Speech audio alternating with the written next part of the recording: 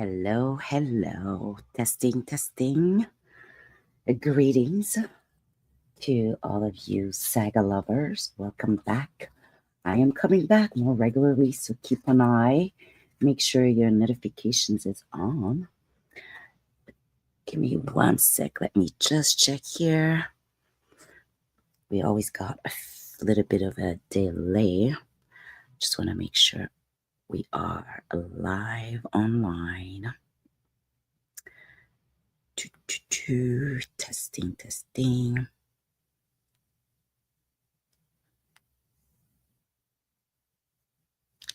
1 2 1 2. Yeah, check. Checking. Yep. Perfect. We are on. So settle in, get your tea. Mine is right here next to me. I am just making sure I got all of what I need. So come in. We are live on the tube. Let's chat and gab. And remember that this channel is for commentary and entertainment only. Of course, please hit the like button, subscribe for the notifications, and share with others. Always good to share. Alrighty, let's get ready and get cozy. Okay, so today we are going through question period, and I'm going to keep the fun for last and share with you guys the committee, the question period in Parliament starting from yesterday, October 21st. So let's get on here, sharing my screen. Right now.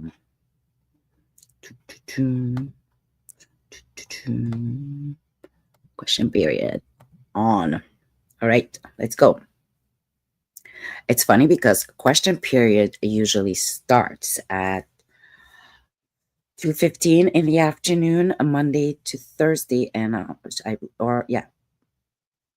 and Friday early at 11:15. Okay, and it starts with the national anthem. CPAC, I like them because they start right when Pierre is talking. They skipped the national anthem, but I would say this. Come on, CPAC, put it all the way. We want to hear everybody, not just Pierre. We love Pierre, but the national anthem is beautiful. It'd be nice to see them singing it. All right, so let's go. Inflation. Today. Let's rewind this. Oral questions, questions orales. The Honourable Leader of the Opposition. Each and every dollar that this Prime Minister spends costs us. Each dollar is expensive for Canadians. This government and the Justin Trudeau government doubled inflation. Today, Statistics Canada published new numbers, according to which inflation is rising. 4 indicators are higher than projected, and grocery prices are going up twice as fast as the target. Will the Prime Minister, in the upcoming budget, decrease his taxes and inflationary spending so that Canadians can lead affordable lives? The Honourable Minister of Finance. Mr. Speaker, I'm happy to see that the opposition leader is excited for November 4th. I'm excited too, as are Canadians. Why? Because we will have good news on November 4th, Mr. Speaker. We will present good news to Canadians. We will present an ambitious plan. Last week, I was in Washington, and the Director General of the International Monetary Fund gave Canada and Germany as excellent examples of countries with the ability to make generational investments, and that's exactly what we're going to do. We're going to build a strong, ambitious Canada in which Canadians are happy and proud. Mr. Speaker, we don't work for bankers in Washington. We're here working for single mothers who can't pay their bills, who can't afford groceries. The inflation rate is exploding, and this means that Canadians have to spend 70% more for the Canada Revenue Agency. Today, the Auditor General revealed that 15% of calls to the CRA are answered at some point. But even if you can get someone on the phone, you get the wrong information 83% of the time. Why do Canadians have to pay so much for such poor service? The Honourable Finance Minister. Mr. Speaker. Unfortunately, that is the case of our Canada Revenue Agency today. I guess, yeah, something to be spoken about, and he is speaking about it. I have even more good news for the opposition leader. He'll be happy to know that on this side of the House, Mr. Speaker, we have already taken action. We presented a 100-day plan to fix the situation at the Canada Revenue Agency, because on the government side of the House, we know that we have to do better. We know that we have to give Canadians good information. We know we have to be helpful, and we do something else on this side of the House. Mr. Speaker, we respect people who work in public service. We respect public servants, and we will always do our best at all times to serve Canadians. So that was Mr. Champagne's a little jab about respecting public service. Pierre, it's not that he does not respect public service. He is talking about the entity that he has lost confidence on. And the entity is our RCMP, basically, which he has spoken about during the Northern Perspective podcast when he visited them to sit down and talk about all kinds of things, actually, about his family, about work, about the country, about home, about the economy, about his thoughts on the past government and where we are today, and our budget, and so on and so on.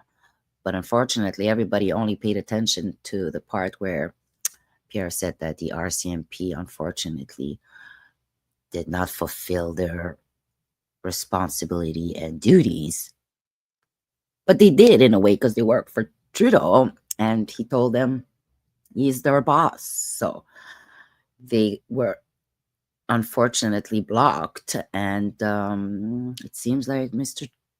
Trudeau gave himself the permission to do these things. But there's been many scandals. We'll come back. Let's go. He admits they have to do better. It's not possible for them to do any worse, Mr. Speaker. The reality is today we learned that we respect public servants, and we will always do our best at all times to serve Canadians. He admits they have to do better. It's not possible for them to do any worse, Mr. Speaker. The reality is today we learned that inflation is again on the march. All 4 measures of inflation are above Bank of Canada's targets. 2 are outside of and above the acceptable range. Food price inflation is rising 2 times the rate that Bank of Canada targets. No wonder we have 2 million people lined up at food banks every single day. This inflation has exploded since this Prime Minister doubled the deficit. Will he reverse his inflationary deficit and taxes in this coming budget? The Honourable Minister of Finance. Mr. Speaker, I think we all know in this side of the House and Canadians, math might not be the cup of tea of the Leader of the Opposition. Neither may be economics, Mr. Speaker. But let me quote one of the authority in the world, which is... Mr. François-Philippe Champagne, you're actually talking to the chair, and you are actually forgetting that we can hear you. Yes, Monsieur François-Philippe Champagne, on vous entend. We hear you. And we know how to do maths with our finances at home. We know when we got a cut. We know when we don't have somebody else's money to play with. Be careful. We are listening, Monsieur Champagne. The Director General of the International Monetary Fund, Mr. Speaker. She said just last week, then we have countries in the G7 that are in a better position. Germany and Canada stand up in that regard, Mr. Speaker. Both Germany and Canada recognize that this is a very testing time and they need to use their fiscal space. In the case of Canada, the Canadian authorities have been very decisive in taking action. Mr. Speaker, The Honourable Leader of the Opposition. Mr. Speaker,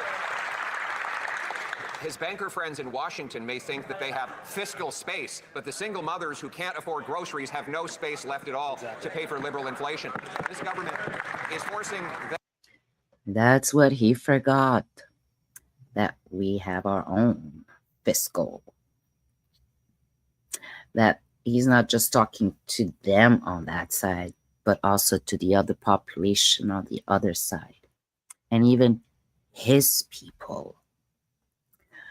Unfortunately, I think anybody who's a senator should always be mindful of what they say because all of us are concerned and all of us are the ones who put them there. So whatever's not good for one of us or all of us is not good for any of us. To spend 70% You got to be diplomatic about it. more on the Canadian Revenue Agency. Today, the Auditor General revealed that only 15% of calls get responses on time. And even if someone does pick up the phone, there's an 83% chance they give you the wrong answer. Why does this government force Canadians to pay so much for such terrible service? The Honourable Minister of Finance. Speaker, we will take no lessons from these. Here we go. Our other side of the house, which is the government side of the house, is always like this, shouting. Very speaking loudly. Pierre is always pretty much composed. Look at this face of anger. What are you hiding? Because you won't get kerfuffled like this, sir. Monsieur Champagne, I see you. You haven't done anything right by us for all these years. Conservatives. Trust me on that, Mr. Finance. Speaker, we will take no lessons from these conservatives. Trust me on that, Mr. Speaker. At every step of the way, they fought against dental care, Mr. Speaker. At every step of the way, they fought against the National School Food Program, Mr. Speaker. At every step of the way, they fought against pharmacare, Mr. Speaker. At every step of the way, they fought against the programs that would support Canadians in time of need, Mr. Speaker. No one on this side of this house will... Programs and programs and programs. We're already paying a lot of money. He wants us to go create some more programs. Calm down, Mr. Champagne, knowing it, what's going on in our economy, and you guys are out of control already on the budget. So that $42 billion whatever budget that was supposed to stay there at that 15, we've already passed it. So the budget's definitely not going to be staying where it was. So, Mr. Champagne, please stop drinking too much champagne up in here, okay? Tell us what to do. We're going to fight for Canadian. We're going to make Canada strong, Mr. Speaker. The honourable. Canadians cannot afford much anymore. Yep, working class is getting poorer and poorer, sir. Working class cannot afford homes. Our parents used to be able to afford homes. That was way back 90s, and it stopped right there. After that, it's been chaos, kinda. Leader of the opposition. Another day, more costly slogans from that member of parliament. Pretty much. What was that all about, Monsieur Champagne? Yes, Mr. Champagne. What was that all about? All of these slogans throwing at us like a commercial, distracting us for the most important thing. Cut the taxes, take off that hidden carbon taxes you have out there, stop spending, cut down on your bureaucracy. It's sad, but you have to.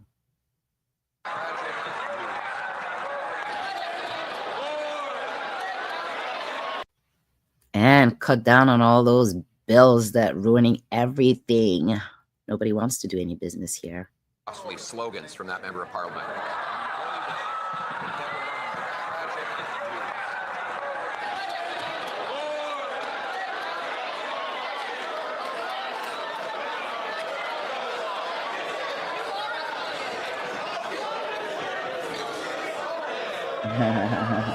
Very calm. Yeah, just okay. He doesn't raise his voice.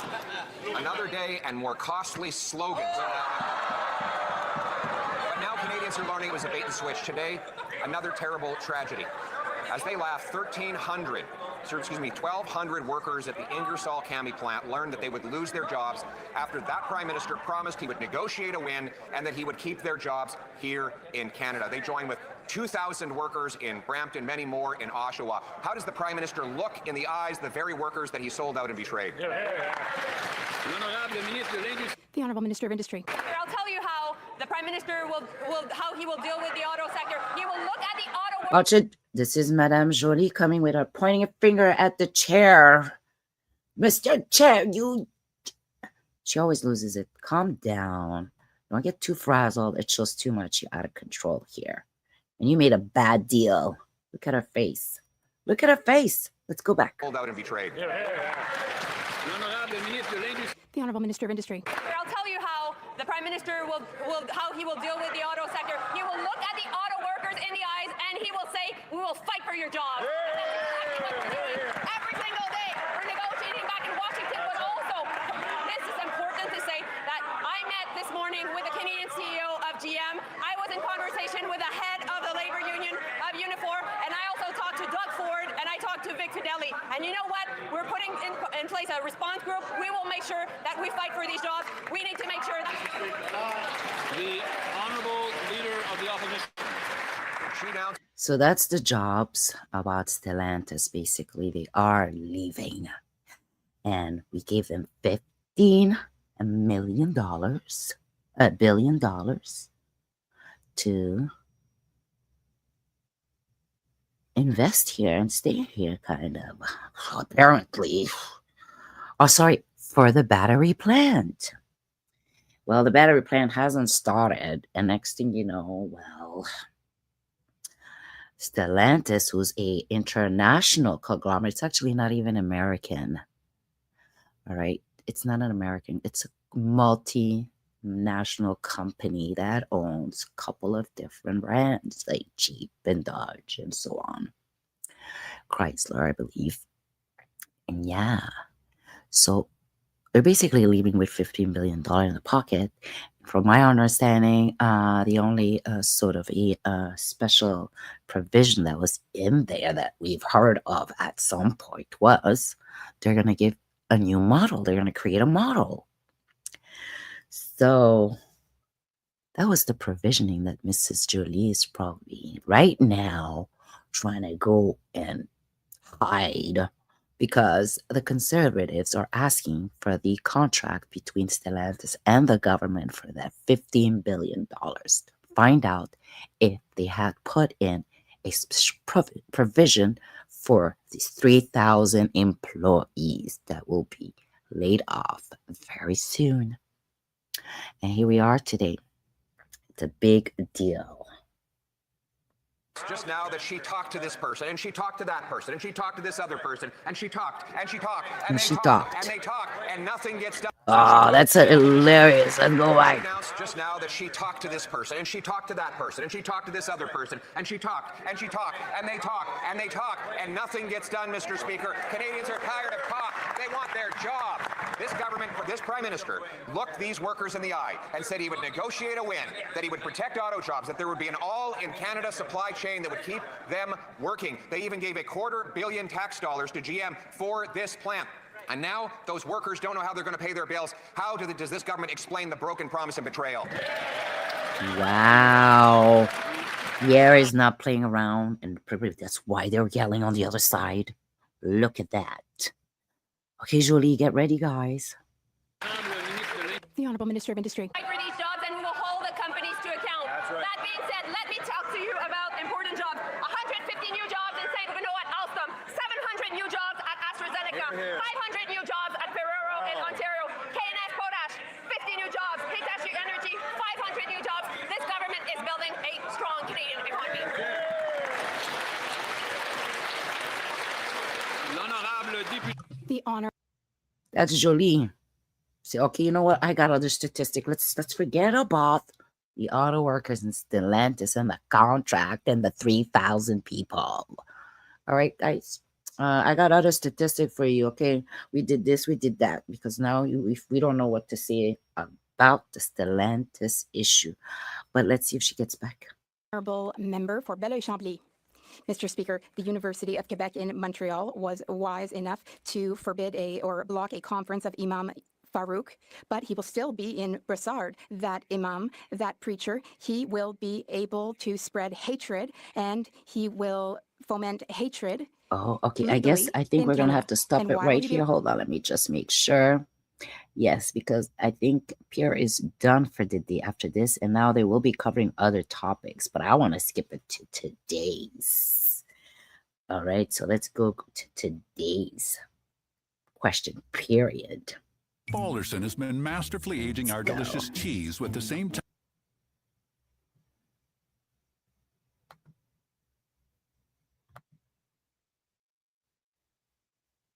The honorable leader of See? the opposition. Pierre was starting with Pierre. Let's make this full screen. Alrighty. Mr. Speaker, today I will be meeting with the Prime Minister to discuss the 10th Liberal budget. We, the Conservatives, want an affordable budget so Canadians can have an affordable life. Mr. Speaker, the Prime Minister did not keep his promise to spend less. He doubled the deficit he inherited, and now the inflation rates are climbing.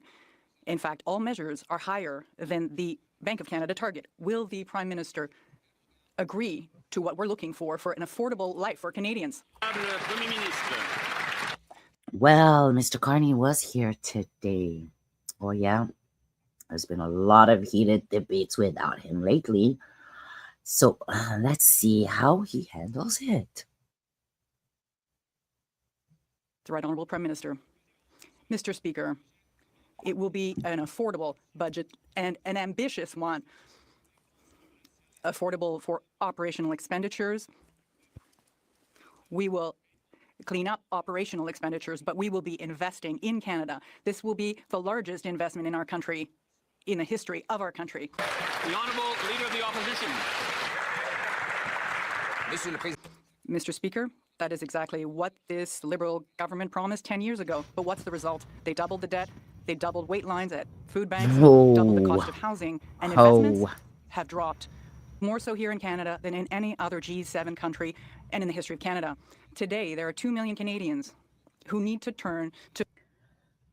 We have been going down fast because we are not doing anything. We're not bringing any revenue. We're not producing. We're not extracting. We're not mining. We're not fracking. We're a bit stagnant still and under because of all the bills that they've been passing for the past few years with their climate sophistication plan that they think they can impose on our society for us to live. Since we are part of nature, we depend on nature, we need nature. So let's see, guys. Let me rewind this a little bit. Food bank, and in the they doubled. Honorable leader of the opposition. Mr. Speaker, that is exactly what this Liberal government promised 10 years ago. But what's the result? They doubled the debt, they doubled wait lines at food banks, doubled the cost of housing, and investments have dropped. More so here in Canada than in any other G7 country and in the history of Canada. Today, there are 2 million Canadians who need to turn to food banks. And food inflation is skyrocketing. Will the Prime Minister learn from his lessons, reduce deficits, and eliminate hidden taxes on food? Honorable Premier Ministre. The Right Honourable Prime Minister. Ooh. Mr. Speaker, as I... From his lessons, because Carney was an advisor to Trudeau's cabinet.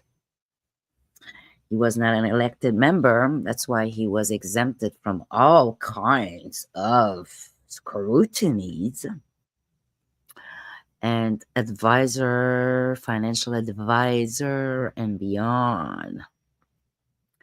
And this is the man today that you voted for. Not me, but we voted for him. Here we go. Let's go back. Honorable Premier Ministre. The Right Honourable Prime Minister. Mr. Speaker, as I've just said, this will be a cleaning up of operational expenditures for the first time in a decade in this country. Second, with respect to inflation, it will be the 21st month in a row that the rate of inflation is in keeping with the Bank of Canada's target range. That's 2.4, and the range is 1 to 3. Mr. Speaker, today the Prime Minister and I will meet to discuss the 10th Liberal budget deficit. Our priority as Conservatives is an affordable budget for an affordable cost of living for the Canadian people. The Prime Minister promised he would spend less, but his deficit spending is 100% more. He promised he'd be judged by the prices at the grocery store. Well, they're now rising at 2 times the Bank of Canada's target, and inflation is now once again out of control. Will the Prime Minister learn from the inflationary, costly failures of the 10 years of Liberal government and accept our plan for an affordable budget for an affordable life? Wow. We were supposed to judge you by our grocery bill, sir, and it just got even higher. So I'm going to judge you unharshly because that was a simple task. Somehow you managed to sneak in a carbon tax on the supply chain coming through it, making us believe we're not the one paying when it's added on our prices. Yes, this is Mr. Gibberish. We understand, sir. We know how it works, and we know how math works, and we know that you and maybe some of your people don't know that we know math, but we know math. And your math is actually not good when it comes to other people's interests, but yours. It keeps going up. He knows how to invest for his portfolio up, but our government portfolio down. Let's go. Speaker, Mr. Speaker, this budget will get operational spending under control. It will balance our spending over the next 3 years. But we're not going to stop there. We are going to invest in this country. We're going to have the biggest investment in this country in generations, the largest capital spend in generations, the most ambitious trade diversification in our nation's history. We will do everything to help Canadians get ahead, as they have gotten ahead every single month since I became Prime Minister. The Honourable Leader of the Opposition. With no substance, those words, huh? Canadians, according to this Prime Minister, have never had it so good. If you're that single mother out there walking down the grocery aisle looking at prices rise before your eyes, if you're that senior choosing between eating and heating, if you're one of the countless Canadians who see that roasted coffee is up 41% since the Prime Minister took office, that nuts and seeds up 15%, that food price inflation is now double the target, or if you're one of those 2 million people that are lined up at food banks every single month, the Prime Minister says you've never had it so good. How is it possible for this Prime Minister to be so costly Arrogant. and so out of touch with reality? Yes. The Right Honourable Prime Minister. Ridiculous. Okay, Mr. Speaker. Okay. Mr. Speaker, it's time once again for our economic lesson. Okay. It's time again for a little lecture and condescending when you don't want to answer a question. Let's go. Getting ahead means your wages grow faster than inflation. Let's look at the relationship between inflation and deficits. The inflation rate in Canada, the food inflation rate is the G7 average, and we have the lowest deficit in the G7. What the government is going to do is use that. The G7 lowest deficit, but it hasn't done anything for us, sir. It's been going up for us. So please, could you stop it? My deficit going up. Deficit to grow this economy. Can't believe it. Hear, hear, very bad.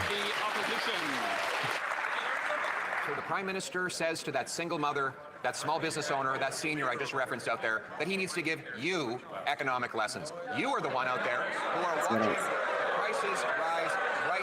I heard it, Pierre. I'm watching and I am listening. And yes, that is wrong, sir. You need to understand that we are watching you. Even if I didn't vote for you, I'm still watching you. And thank you, Pierre, for mentioning it. Because definitely he was very disrespectful. And he was being condescending. And he's looking down on us. Or I should say on those who voted for him, more likely. I think they should need to go and knock at his office and have a sit down and talk to him and say, sir, this is very irresponsible ways of speaking. We do not tolerate this type of speaking here. You work for us. We voted you in for the grocery bill. We voted you in because you're apparently good at managing somehow accounts. You worked in the banking field, which apparently you were the worst of the worst. But let's keep at it. Let's rewind this. So the Prime Minister says to that single mother, that small business owner, that senior I just referenced out there, that he needs to give you economic lessons. You are the one out there who are watching prices rise right before. Yes, the honourable member knows to speak through the chair, and there was a lot of noise around that. So if the honourable member could just start from the top, please. Mr. Speaker, the Prime Minister is now lecturing Canadians who are lined up at food banks. We did. Never had it so good. And if only they appreciated all the many promises that he's made, promises that he hasn't even begun to keep, that they would then be appreciative of the fact that here we have fresh and frozen beef is up 14%, fresh and frozen cut chucks up 12%, frozen meats up 11%, coffee grains up 40%. Does he believe that people paying these exorbitant prices should be thankful for his economic lessons? The Right Honourable Prime Minister. Mr. Speaker, we promised to cut taxes for every Canadian. 22 million Canadians have their taxes cut. We promised to cut taxes on first-time home builders. They've been cut. We promised to cut the carbon tax. It's been cut. You weren't here. It's been cut. It's been cut. And we promised to build this country strong. November 4th, this House will have a choice. Are you with us for those single mothers? Are you with us for those farmers? Are you with us to build this country strong so they can get it? Wow. Well, Again, I would remind honourable members, it's through the chair, through the chair. through the chair, sir. Honourable Yes, unfortunately, yes, Mr. Carney hasn't been, seems like he premier for that long and prime minister. So he kind of once in a while forgets that he should be talking through the chair. And that's why you can see right here, Pierre is always on an angle facing the chair directly, talking to him, through him, for him, at him, with a respectful manner. Carney, once he forgets, he just goes straight frontwards, body open towards him while he is sitting at the chair. So yeah, it would be nice to have it a bit higher view one day, but let's keep at it. Remind honourable members, it's through the Let's go back at it, see how he did it. Yes. See, let's watch him again. Mr. Speaker, we promised to cut taxes for every Canadian. 22 million Canadians have their taxes cut. We promised to cut taxes on first-time home builders. They've been cut. We promised to cut the carbon tax. It's been cut. You weren't here. There you go. We spoke to him directly. And we promised to build this country strong. November 4th, this House will have a choice. Are you with us for those single mothers? Are you with us for those farmers? Are you with us to build this country strong so they can get it? Wow.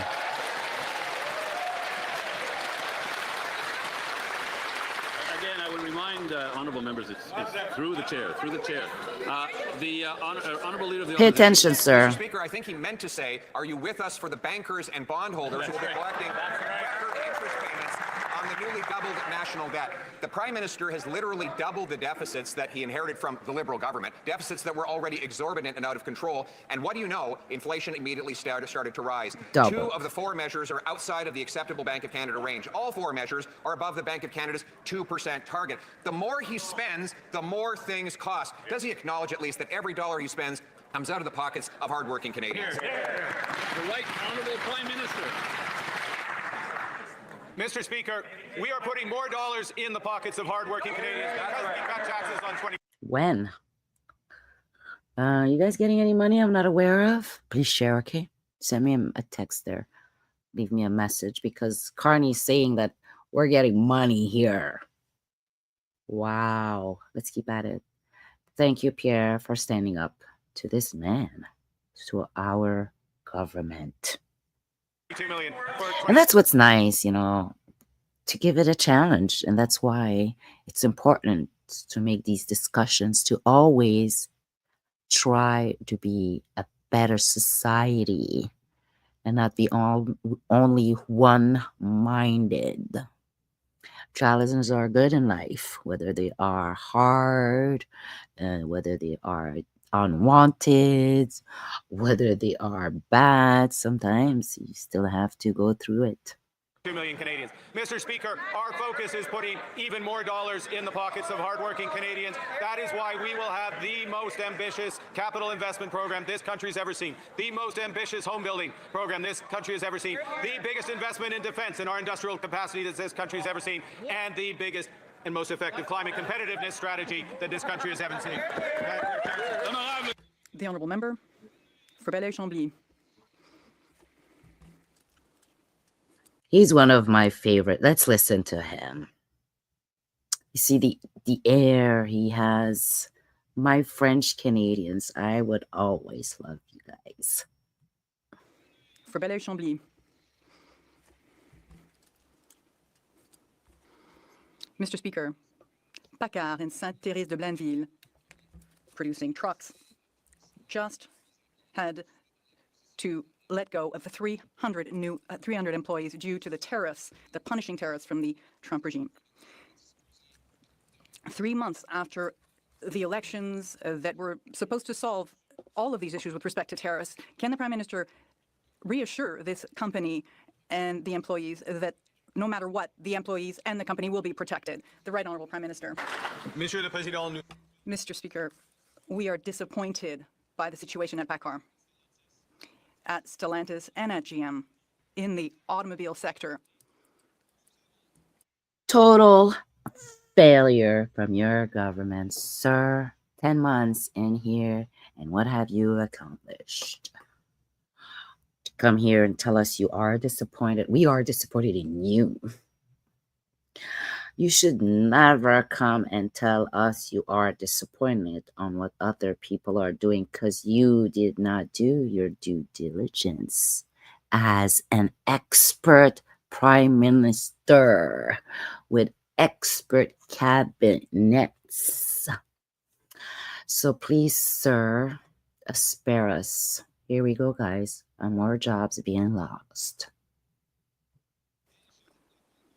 We already have the best agreement with the U.S. We have the lowest tariffs for trucks and cars. But we are working with the Americans. We are negotiating with them. We will reassure workers at Paccard. The honourable member for Belleuil-Chambly. If that's the best deal, Mr. Speaker, I would not want to see the worst. And this raises a lot of concerns. People need some degree of certainty. Can the Prime Minister assure us, beyond any reasonable doubt, especially after the loss of these 3% taxes on the web giants, that the cultural exception will be protected in the tariff negotiations and that supply management will be protected entirely, including processing and in all respects, with no compromise? The Right Honourable Prime Minister. Mr. Speaker, I can assure this House that we will protect supply management in our negotiations. We will protect Quebec and Canadian culture in the negotiations. That's it. That's it. The honourable member for Belleuil-Chambly. That's it, but you have to say completely. First, we should discuss the issue of forestry. Now we have to be beyond the level of protecting it. We need to save it. The forestry industry is subjected to a crisis that is worse than in 2008. Shutdowns, closures, hundreds of jobs have just been lost in Saint-Michel-des-Saints. Can the Prime Minister guarantee that faced with these 45% tariffs, there will be a plan and a complete plan to save the forestry regions in Quebec?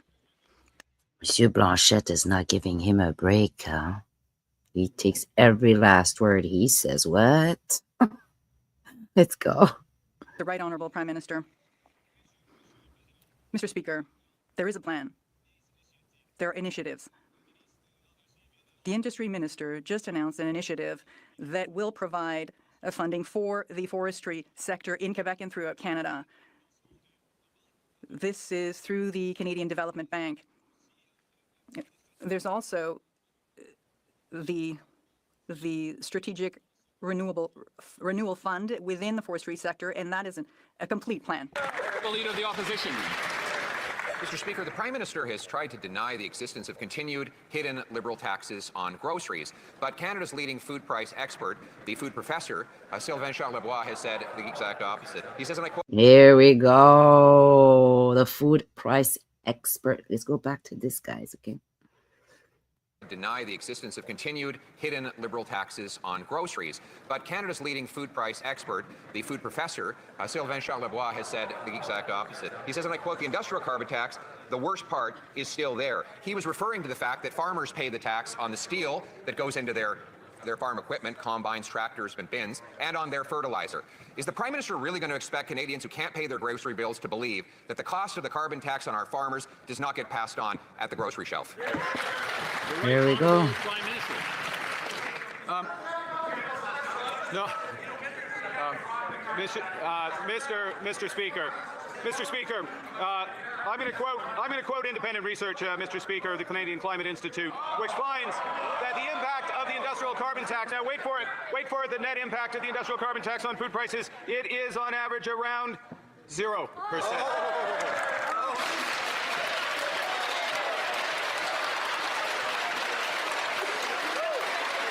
The Honourable Leader of the Opposition. Mr. Speaker, the Prime Minister expects us to believe government-funded so-called experts paid to push his agenda instead of... Really? Doesn't even anybody believes of that 0%? But here we go. Pierre is always on him. Let's get back. The Honourable Leader of the Opposition. Mr. Speaker, the Prime Minister expects us to believe government-funded so-called experts paid to push his agenda instead of believing in the obvious fact that when you tax the things that go into making food, you tax all who buy food. This is a Prime Minister who says he's a great expert. But he told CTV Nova Scotia that Canadians don't use steel anymore.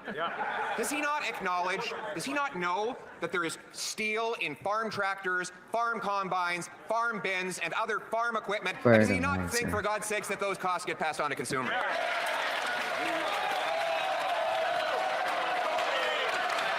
Oh, yeah, he's gonna let someone else answer. Carney is not getting up, and that too is just making But this is interesting. Let's listen to this guy.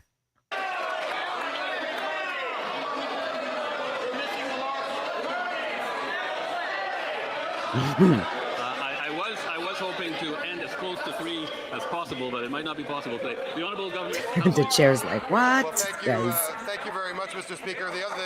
The folks are feisty over there today. What I will say is we've been hearing all week, all month, since the beginning of this session about these imaginary taxes. These imaginary taxes. This is the Steve McKinnon. Should I say a Stephen? Well, Stephen thinks it is imaginary, the inflation. Well, here's another one who should realize that we watch you. And I've watched you. And others will watch you. And others are watching you. So yes, sir, Stephen McKinnon. Everybody, when you see this guy, it's Mr. Inflation Imagination. So just look at him and tell him, you are an imagination, sir. Something. Because at this point, you do not make sense. You come off like an imagination. So let's listen to him. He's very funny.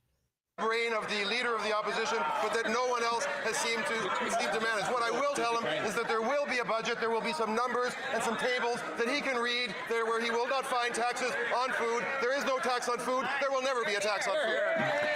The Honourable Leader of the Opposition. Well, first, we're all disappointed to learn that Liberals think that Canadians who see grocery prices rising at record rates are just imagining things, Mr. Yes. Speaker. And further disappointed to see that this Prime Minister cannot stand in his place and address real questions about the cost of groceries for Canadians. It's not just the industrial carbon tax, Mr. Speaker. It is also the government's fuel standard, which, according to their own department, is going to increase the cost of fuel by 17 cents on the farmers and the truckers who bring us our food. Does he really expect consumers to believe that won't? The Honourable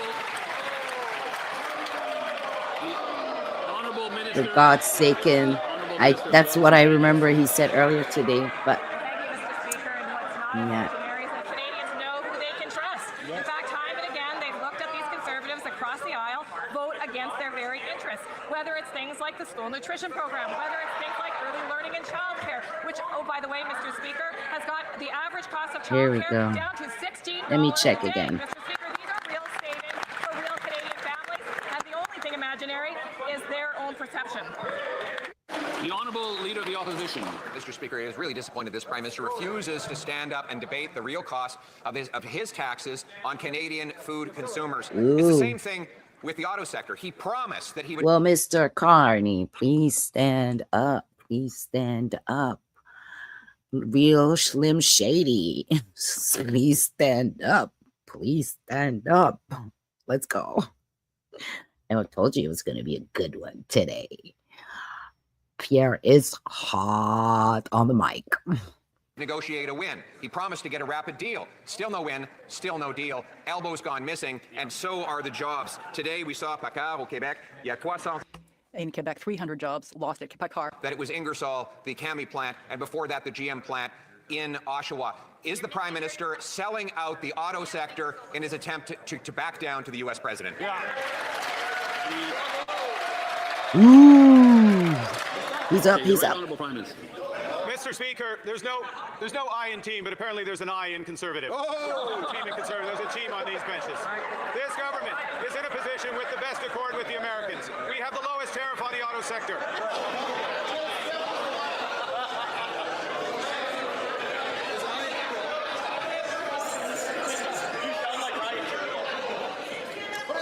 Yeah, There's an I in Liberal.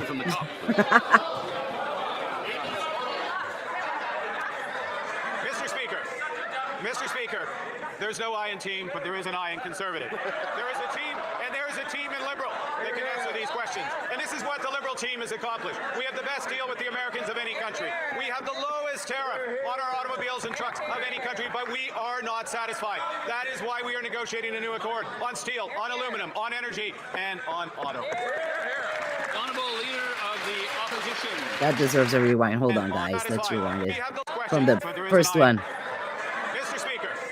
Mr. Speaker, there's no I in team, but there is an I in Conservative. There is a team, and there is a team in Liberal that can answer these questions. And this is what the Liberal team has accomplished. We have the best deal with the Americans of any country. We have the lowest tariff on our automobiles and trucks of any country, but we are not satisfied. That is why we are negotiating a new accord on steel, on aluminum, on energy, and on auto.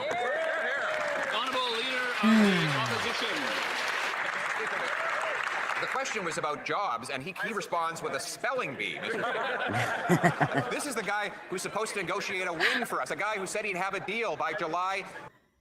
Pierre can be very charming and try to bring always back to the main issue. Let's go back. Spelling bee. The question was about jobs, and he responds with a spelling bee. This is the guy who's supposed to negotiate a win for us, a guy who said he'd have a deal by July 21st. He's the guy who said he's had his elbows up, and since that time, his elbows have gone missing, Mr. Speaker. The Canadian people need those jobs. He promised he would protect those jobs. Will he stand up today, look the auto workers in Ontario and Quebec in the eye, and tell them why he abandoned them and sold them out? Yes, because they're leaving. Mr. Speaker, our government has no difficulty looking at the hardworking women and men who work in our auto industry and in industries across the country to say that we're fighting for their jobs. Dominic. We're standing up to the Americans for unjustified tariffs. We're negotiating what we think will be agreements that will be in the best interest of Canadian workers and the Canadian economy. And what we're also doing at the same time, Mr. Speaker, is taking steps to support those very industries in Canada. That's what we were elected to do. That's what the Prime Minister's doing with everybody on this side of the House. Well, please don't throw any more money, guys. Whatever you guys are going to be doing, at this point, you can't be throwing any more money. Okay, please stop.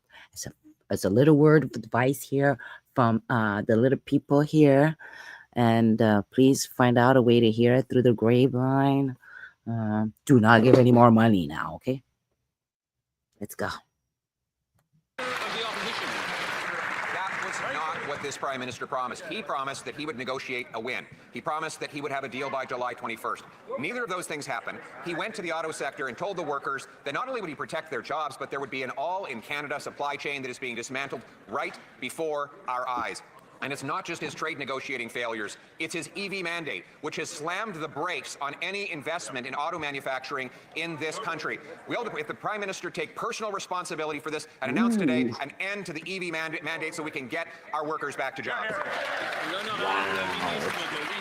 The Honourable Minister of Industry. When it comes to the auto workers, they know that we have their back and that we will fight for every single job in this country in the auto sector. You know why? Because the Canadian automakers and the Canadian auto workers are actually the best in the world. And therefore, we will make sure that Stellantis is held to account. We are meeting with GM tomorrow in Ottawa, bringing back a model into the plant in Ingersoll, and we will be there also. Wow. There you go. Bring back a model to. So this whole thing of the model was the provisioning. I think that she just sort of slipped out here. The provisioning they've had on that $15 billion, if it's just 15, God knows at this point. But basically, that's the contract they signed with GM or Stellantis for the EV and the battery plant, thinking that there are going to be more EV cars be produced. Well, we find out that none of these companies want to do them anymore, actually. And now that we see car batteries exploding, not having a good lifetime, or expensive to replace, or even the electrical outlets exploding, people's cars being stopping on the roads during travel. So yes, the model she's talking about, I'm assuming here, is about, they've asked them for a model. So was the model worth $15 billion? Is it million or $1 million? Something like that. Is it worth that much? So let's go. Because that's too much for a model. That's just design on a paper, girl, you're going to be getting. I hope Stellantis is not going to do that to you, but just FYI, maybe you can hear this one through the grapevine. It's a possibility you got screwed. You didn't get scammed. You can't blame them. But you messed up big time. The provisioning they should have put is to keep the employment of these people, Canadians, and the plant for a certain amount of period for your $15 million or $1 billion. I think it was $1 million. So, or if it's for the EV, I hope it wasn't billion. Hold on, guys. Let's go just check it out. Stellantis.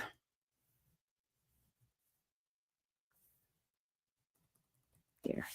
Stellantis. Government. Gov contract.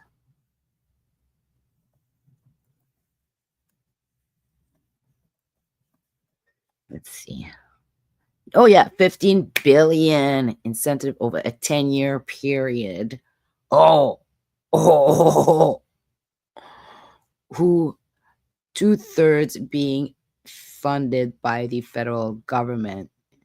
The incentives were slated to be provided on a per unit production unit with a cap of $45 US. Okay, obviously had nothing to do with that, but let's keep at it. For the employees at Packard and Saint-Thérèse. Okay, what about Google? Okay, so we have, okay. Excuse me,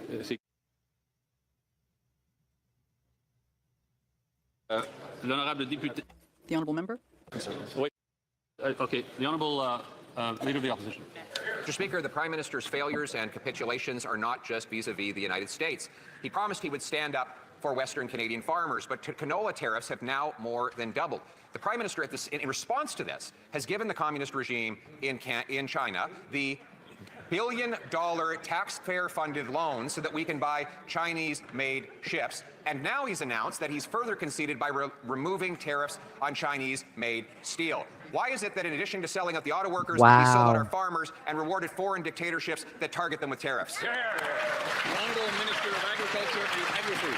Thank you, Mr. Speaker. New government was elected to expand and diversify over international trade with reliable partners.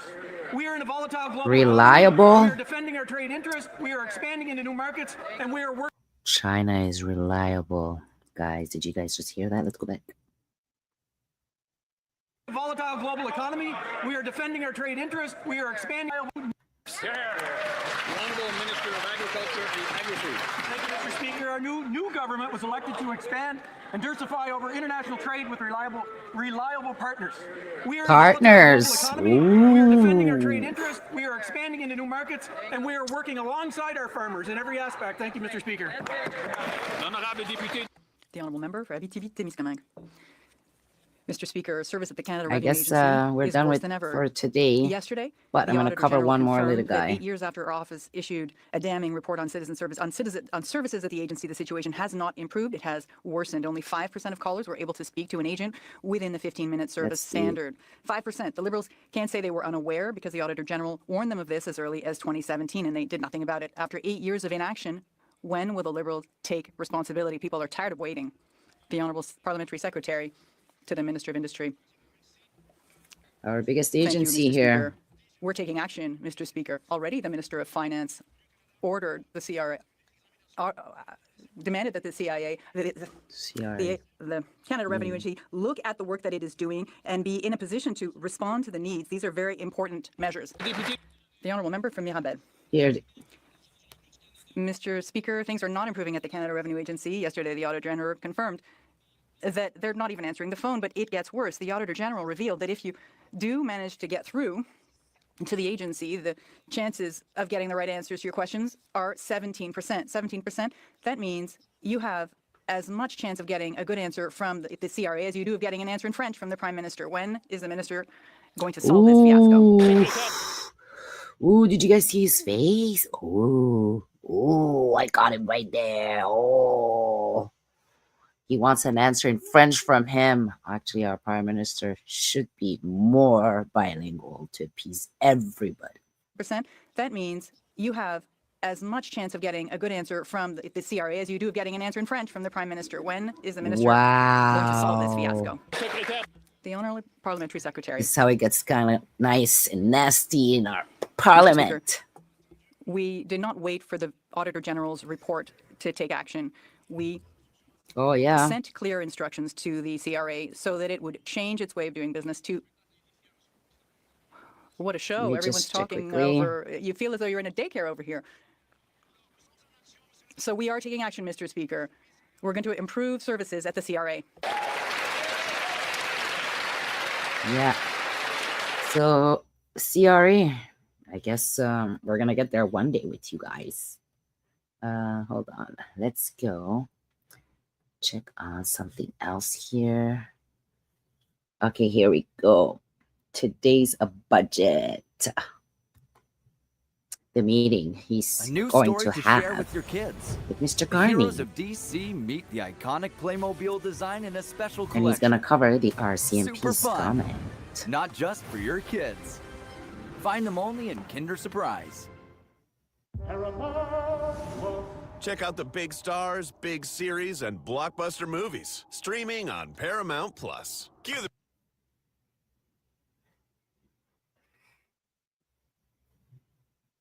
Pour nous, les conservateurs, nous croyons que les Canadiens méritent une vie qui est abordable, que les gens devraient pouvoir payer leurs factures. C'est quelque chose qui n'est pas le cas actuellement. Les gens paient trop cher pour un gouvernement qui est trop cher. Chaque dollar que le gouvernement dépense sort des poches des Canadiens. Donc, nous croyons que... J'aurais pu avoir ma réunion juste maintenant, mais M. Carney dépense trop. En fait, il a doublé les déficits qu'il a hérités du gouvernement libéral. C'est pour ça qu'hier, on a appris que l'inflation est en hausse, surtout l'inflation alimentaire, avec 2 millions de personnes qui doivent aller aux banques alimentaires chaque année. Donc, nous revendiquons un budget abordable pour une vie abordable. On veut que le gouvernement élimine le gaspillage pour réduire les déficits et les taxes. Nous proposons l'élimination de toutes les taxes cachées sur les épiceries. La taxe industrielle de carbone qui s'applique aux équipements et engrais des fermiers doit aller. Les taxes sur l'emballage de nourriture doit aller. La taxe sur l'essence supplémentaire doit aller. Et finalement, la taxe d'inflation, c'est-à-dire imprimer l'argent pour dépenser, ça doit aller. Parce que les Canadiens paient trop cher. Wow. Notre but, c'est l'abordabilité de tous les Canadiens. Et c'est ça que Pierre's French has been so much better every year. Now he has reached a great level of perfection there, almost, but he's pretty much fluent now. So, sir, do not stress. You're amazing. Keep up the good job. je vais dire à M. Carney ce soir, et j'espère qu'il va être ouvert à nos idées, parce que nous les conservateurs, on sommes prêts à travailler avec n'importe qui pour rendre les chèques de paie plus forts, la vie plus abordable, et ramener la promesse du Canada. Thank you very much, everyone. Today, In English meeting now. with Prime Minister Carney, we will be talking about the budget. This will be the 10th Liberal budget, and Canadians cannot afford to eat, heat, or house themselves. Conservatives believe Canadians deserve an affordable budget that will lead to an affordable life. And Yes. that means getting government spending under control and eliminating inflationary taxes that drive up the cost of living. So here's the core reality. We can't escape. Every dollar the government spends comes out of your pocket. The more they spend, the more things cost. Just yesterday that we saw that since Mr. Carney has doubled the deficits left behind by his predecessor, inflation is on the march. With all four measures now above the target, and food price inflation is now twice as high as the Bank of Canada's target. We've got 2 million people lined up at food banks, and I know that people watching out there, when they walk down grocery aisles, they face nothing but anxiety and fear as they see prices that they cannot afford. Yes, and sir. so we'll be calling on Mr. Carney to introduce an affordable budget for an affordable life for Canadians. That includes bringing down the deficit to the level Liberals promised it would be at in their last fiscal update. It means getting rid of hidden food taxes like the industrial carbon tax on farmers and fish harvesters, getting rid of the food packaging tax, which drives up food prices $1 billion, getting rid of the fuel standard tax, which adds 17 cents a liter to diesel and to gasoline for our farmers, and getting rid of the inflation tax. No more money All printing of to pay that the is bill. all their green plan to save the world by stealing our money. Look at that scam. We want this to be an affordable country where people's paychecks go further, and that's the message I'll be bringing to Prime Minister Carney. Vous votre commentaire sur la GRC, Monsieur Poiliévre. Merci de votre question. Moi, j'ai aucune tolérance pour la corruption. C'est pour ça que quand on m'a demandé qu'est-ce que je ferais dans le cas où je suis Premier ministre et j'apprends de corruption ou d'abus, qu'est-ce que je ferais? Et j'ai dit que je vais congédier les gens et je vais déposer l'information avec les policiers pour qu'ils soient imputables. Tout le monde devrait être imputable, peu importe leur pouvoir ou statut politique, tout le monde devrait être imputable. C'est ce que je dis et je suis tout à fait d'accord avec ça. Est-ce que vous êtes inquiet que votre leadership soit remis en question à la suite de ces propos-là? Whatever. Non, mon leadership vise à ramener la promesse du Canada où chaque personne qui travaille fort peut avoir une belle vie abordable et que le gouvernement et tous ses membres soient imputables pour leurs gestes. Oui. She asked him, do you think it's going to affect your reputation as a leader just for saying that the RCMP were sort of, well, to be honest, they were not allowed to do their job. And they didn't do their job. They could have been independent. Maybe they could have, God knows how they're supposed to work, but they also work for the government. And he put them on the spot that at the end of the day, they should not be compromised. And he has no tolerance for that. And I do appreciate that. And I'm happy that he finally told them what he really thought about the comment that he shared, instead of them insinuating and constantly bringing them back up, because at the end of the day, it's going to only hurt them. Confident that by the end of the day today, all of your MPs will still be Conservative MPs. Yes. Do you think that you went too far in saying the former Prime Minister should be in jail? That's not what I said. Well, that's not what what I I said. heard. What did you say then? Repeat what you said. Sure, I'll tell you what I said. I was asked about the scandals of the last 10 years of the Liberal government. And what would I do if such scandals and corruption were to happen when I become Prime Minister? And I said I would have zero tolerance for corruption. Nobody is above the law. So if I could, in certain cases, I think there were scandals in the Liberal government that would be appropriately punished in that way. You think of the Green Slush Fund, where individuals were appointed to a board to manage public funds. And what did they do with it? They gave it to themselves. To me, that is a crime for which they should have been held responsible. People have got to be held responsible for corruption. And if you look at my remarks, that's what I said. We will hold people accountable for corruption. Do you still think the RCMP covered it up? My criticisms of Ms. Lucky have been long-standing, and that's why we called for her to resign.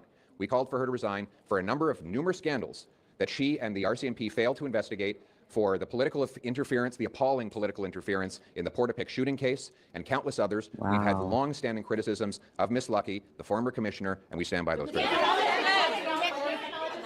Est-ce que vous craignez que des députés puissent quitter à la suite du malaise que ça a créé? Pour avancer tout ça sur M. Trudeau là, et Mme Lucky? Mais Mme Lucky, on a déjà vu les rapports par rapport aux fusillades à Portapique, qu'elle aurait versé de l'information par rapport à cette fusillade que le GRC elle-même pensait qu'elle allait compromettre l'enquête. Donc, So they ces préoccupations-là compromised sont publiques.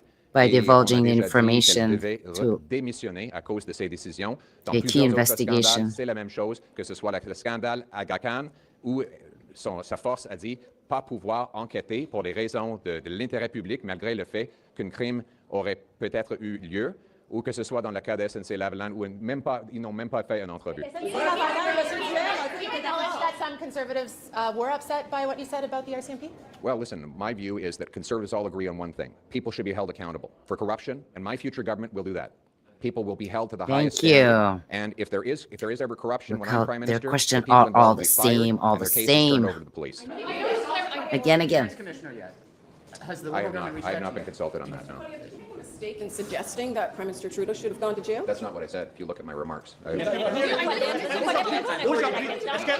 le mercredi 22 octobre, est-ce que M. Trudeau, selon vous, devrait être en prison? Est-ce qu'il mérite d'être en prison aujourd'hui? C'est pas ça que j'ai dit. Mais est-ce que vous croyez qu'il mérite d'être en C'est prison? pas ça que j'ai dit. Ce que j'ai dit, c'était par rapport aux dernières 10 ans, il y a They're eu still des asking cas de him corruption. if he thinks that Trudeau should go to jail, and now they're actually asking him not about what he said before, and he's gonna actually not give them that. I love it for him not to do that and keep going about what he said. On m'a posé la question, qu'est-ce que je ferais dans un tel cas? Et moi, j'ai dit, évidemment, il n'y aura aucune tolérance pour la corruption. Les No gens seront tolerance for congédiés corruption. et leur dossier envoyé aux policiers pour qu'ils soient imputables. Tout le monde devrait être imputable, peu Investigated. importe leur statut ou leur pouvoir politique. And investigate everybody, he said. Is there any world in Okay. which you would support the Liberal budget?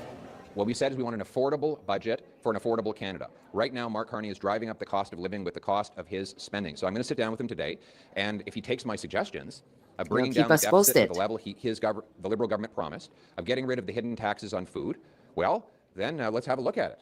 But that's why I'm meeting in a spirit of collaboration with the Prime Minister, and I hope that he will reverse course and do the right thing so Canadians can afford Thank their you, lives. sir. Thank you. Go to your meeting. All right, so escape this. All right, we're done for that.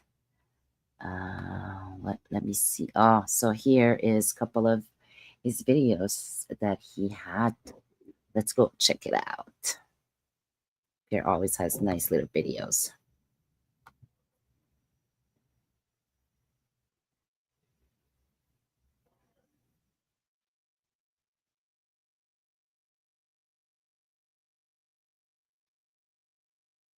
Hold on, guys. Haha, let me share my screen. So this is Pierre always in the back doing and talking to people. So let's go back here. Who had a history of was Let's go back here. Angie Sweeney was murdered by her ex-partner on October 23rd, 2023. She was murdered in her home in front of her 12-year-old daughter after she had broke up with a partner who had a history of intimate partner violence, assaulting police officers. 24 hours before Angie was killed, she had called the police, worried that something was going to happen. There was a miscommunication with the dispatcher, and they never received the information that Bobby had physically assaulted Angie, and he wasn't arrested. Pierre wants to help fix the laws. He killed Angie, And About then he domestic went violence. on to his ex-wife's house where he shot her and killed his 3 children before turning the gun and taking his own life. And He should have been in jail. He should have been in jail. the mainstream media does not tell us about this. Same with the 3 innocent Or share it. 3 innocent children. under 12 Unbelievable. and under. It's despicable. 12 and under, Well, sadly. I'm so thankful for all you're doing to fight for her memory, their memory, and to protect others against these horrendous crimes. So good luck with your rally in a few weeks. I hope that lots of people come out and support your cause. And we as conservatives are going to work to get rid of all the liberal laws that have allowed these tragedies to Thank you, unfold. Pierre. So we're with you all. Shining the Absolutely. We'd love light. to be in Parliament as the jail not bail keeps going forward. Yes. And we'll definitely are a huge supporter of that. Thank you. We will put in place jail, not bail. We're going to bring in 3 strikes, you're out, 3 serious offenses, and people will go to jail for 10 years minimum, and they'll only get out after the 10 years if they've had spotless behavior, clean drug tests, following all the rules and the protocols. Thank but you, if not, they'll sir. stay in jail for indefinitely. That's where they belong until they're ready Exactly. to be part of Until they've society proven. and make it safe again, because we all deserve to be safe, especially in our own homes. And we will be safe again. We will be. We will be. That's our purpose. Safe communities for all of us to protect you. Thank you. Thank Thanks, you. guys. Many blessings. Thank you very much. All right. You take care, my friend. Travel safe. Ah, well, here we go. Pierre's always doing something. Another day, more costly slogans from that member of parliament. But now Canadians are learning The highlights. which today, another terrible tragedy. As they laugh, 1,200 workers at the Ingersoll Cami plant learned that they would lose their jobs after that prime minister promised he yes. would negotiate a win.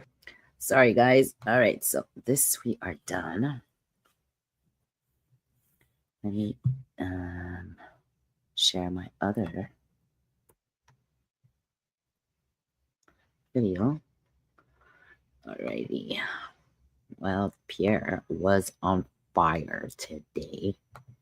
Right, so let's get down here.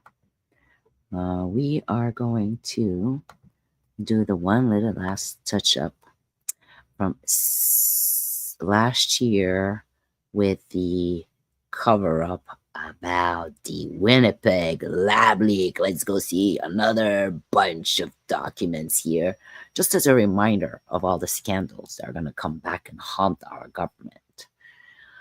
And they did have Chinese doctors in there, which actually shipped back home.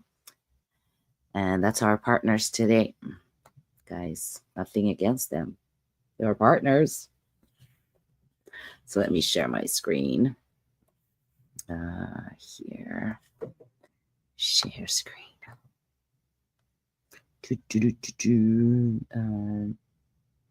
What is it called?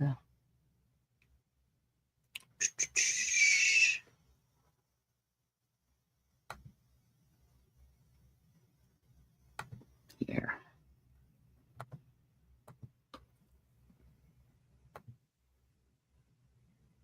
Let's go. Let's fix the speed to a little higher.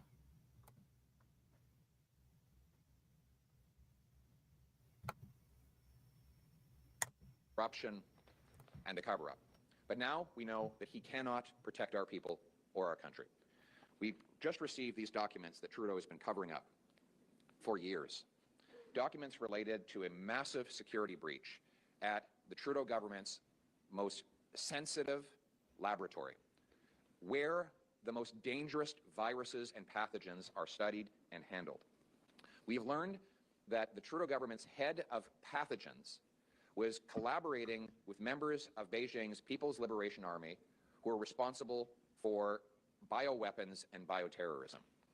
We know now that a People's Liberation Army official was able to gain personal access, walk in the door, look at computers, and have access to all of our most important virological secrets. Let me, if you think any of this is hyperbole, read the report yourself. This is from government documents, the Trudeau government's own documents. It says here on page 142, Winnipeg lab scientist Dr. Chu is head of the Special Pathogens Unit, the top person in that job. According to documents on page 242, quote, represents a serious and credible danger to the government of Canada as a whole, and in particular at facilities considered high security due to the potential for theft of dangerous materials attractive to terrorists and foreign entities that conduct espionage to infiltrate and damage the economic security of Canada, end quote. It states further on page 239, investigators assessed that Dr. Chu communicated with foreign entities during her trips to China. The evidence obtained from interviews and from information collected from the electronic content of her devices reveal that this is indeed the case. As a subject matter expert with access to sensitive information and dangerous materials, Dr. Chu presents a realistic and credible threat to Canada's economic security when conducting repeated and clandestine meetings with foreign entities, end quote.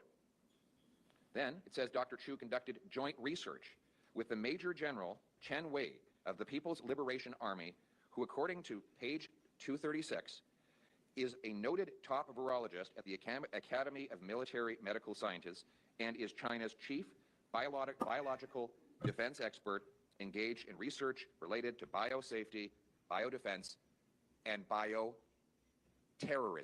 Terrorism. Our partners, guys. End quote. Now, these are documents. This is right out of the government's own documents. Trudeau, government's found out about this? Closet. Did he immediately inform Canadians of the breach? Nope. Did he fire anybody? No, nope. No one was fired. Did he call inquiry to get to the bottom of it? Nope. No, he didn't do that either. Instead, he covered it all up. He defied 4 parliamentary orders to release these documents. When the Speaker tried to get them, he sued the Speaker to cover this up. He said it was all for national security, but well, we know from a committee composed of 4 members of Parliament, including 1 Liberal, and 3 judges, and I quote, the information appears to be mostly about protecting the organization from embarrassment for failures in policy and implementation, not legitimate national security concerns, and its release is essential to hold the government to account. In other words, there was no national security reason why we couldn't have had this before. It was only because Trudeau didn't want the embarrassment before an election. So what did he do then? He collaborated, knowing this, he collaborated with Beijing to buy a vaccine for COVID. Could you imagine if the deal that Trudeau wanted to sign with Beijing had gone ahead and we had procured China-made vaccines after learning this information? That's what was in this guy's head. Yeah. And if you think for a minute, because I know there'll be all kinds of excuses, well, he's not responsible and how could he possibly take ownership of what happens in his government? Let me quote him. He has a document called Open and Accountable Government. And I quote, as head of government, the Prime Minister has special responsibilities for national security, end quote. It's his responsibility. This is his government's lab. It's not a random university lab. It's the top lab for the Prime Minister's public health agency. And he is exclusively responsible for the machinery of government as Prime Minister of the country. So this is on Justin Trudeau. I will add one last thing. Not only did he cover it up, not only did he try to get a vaccine from China after knowing this, he called a snap election to make sure that the voting would happen before this came out. And what happened in that election? Beijing interfered to help him win it. This is a man who says he admires China's basic communist dictatorship. We cannot trust Justin Trudeau to keep our people and its country safe. We need a strong, conservative, common sense government.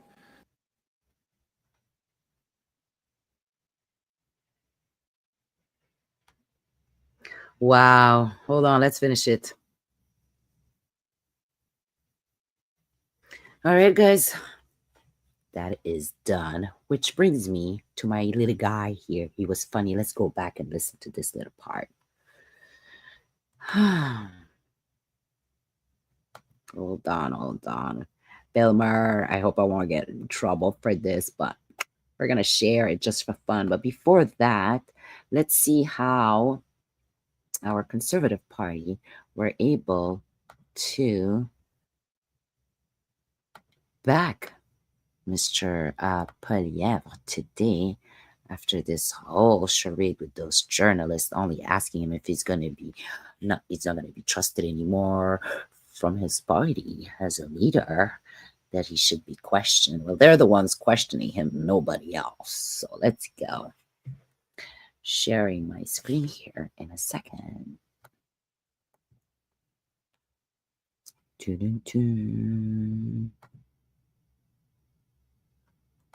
Let me see here. Let's go. he's ready to lead, that Canada desperately needs a change from the Liberals, and that we have a lot of unity behind him as a caucus. Do you, in your assessment, think that what the leader said was accurate and appropriate, saying the RCMP leadership was despicable over its handling of these scandals? So I think he's clarified exactly what he said about the leadership. He said former Commissioner Brenda Lucki has not looked at the evidence sufficiently enough. I mean, his comments speak for themselves. He offered a precision that I think was very important. I very much support the leader. I think he's doing a great job. He's a strong leader, defending men and women in uniform. He's ready to lead, that Canada desperately needs.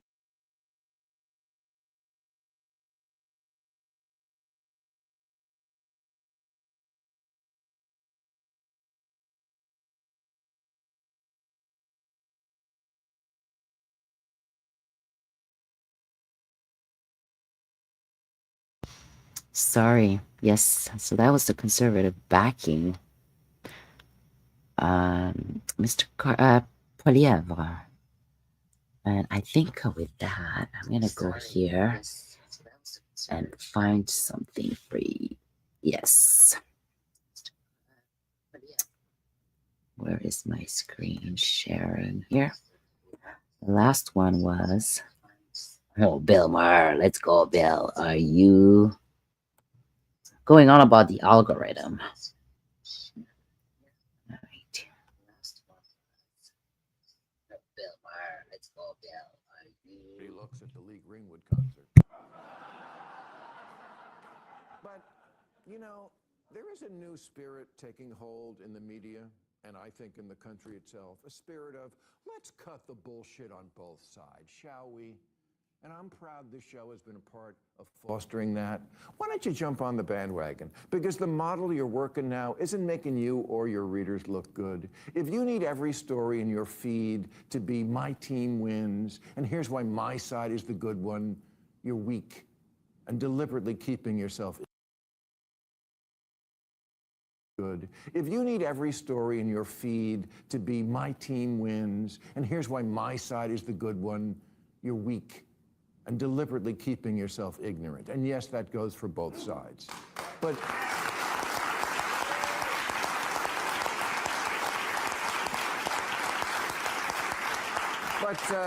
conservatives, I thought you were the strong people who laughed at safe spaces. But you can't even read what I really said unless mommy promises you it has a happy ending. Guys, we may not be heading for a happy ending, and one reason is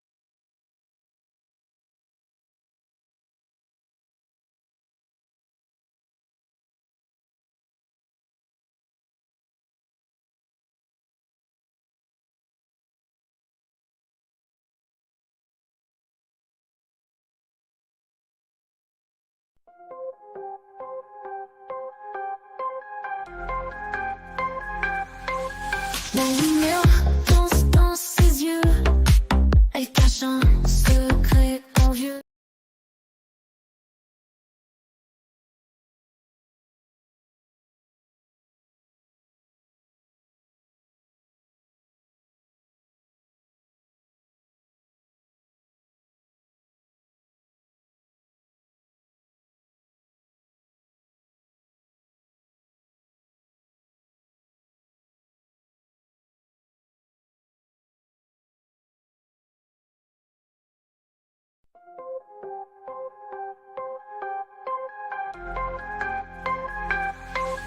La lumière danse dans ses yeux, elle cache un secret envieux. Chaque matin, un nouveau mystère. Mademoiselle vit sans frontières. cimetière. Des murmures, des contes d'ombre. Elle marche comme un rêve sombre. Tous les jours, un chapitre écrit. Des légendes que le jour nie.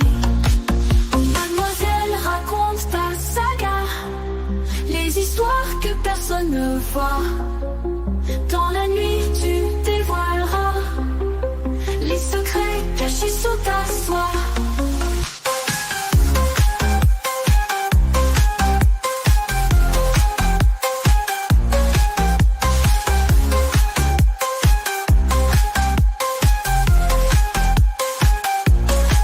Un sourire garde des énigmes, des mots doux aux limites abîmes. Elle joue avec le quotidien, transformant tout en destin. Des reflets cachent des vérités que personne ne peut interpréter. Dans son regard mystifié, un monde entier à déchiffrer. Mademoiselle raconte ta saga, les histoires que personne ne voit.